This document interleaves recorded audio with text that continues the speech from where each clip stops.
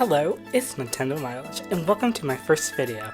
There's a lot I could say, but I have a very interesting topic that prompted the creation of this channel to begin with, so let's get right to it. The story begins at Nintendo's E3 2021, where, in the middle of an amazing direct, Metroid 5, now called Metroid Dread, gets plopped onto the screen, surprising almost everyone, including myself.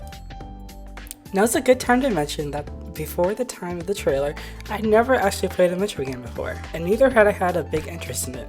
However, I saw how the internet had practically exploded when Metroid Prime 4 had been announced, and knew that many people were probably screaming with joy at their computers and TVs at this very second. A quick YouTube search after that video proved me right. But more than anything, Metroid Dread's trailer piqued my interest in the series in a way that no specific Metroid trailer had before. I can't really say what specific element really grabbed my attention. Maybe it was the atmosphere, or maybe the chase sequence that happened. Whatever it was, I needed to know more. And more info I was given, for Nintendo brought on the producer of Metroid Dread and showed more gameplay at E3's Treehouse. What was just a curiosity had turned into an interest. It didn't help that during all of this, fans had exploded on Twitter and the internet. Their excitement and joy was almost contagious, their words more convincing than any promotion Nintendo could have shown. At that point, I had really wanted to know what I had been missing out on that seemingly had been there this whole time. So, I took my 3DS, opened it for the first time in ages, and got Metroid Samus Returns almost immediately.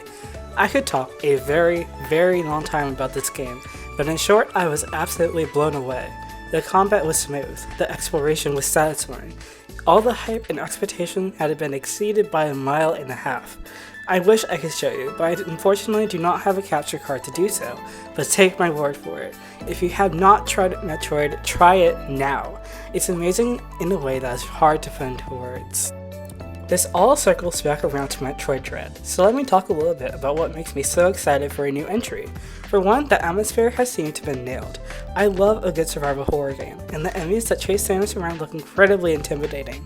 The game is developed by Mercury's team, who also developed Samus Returns.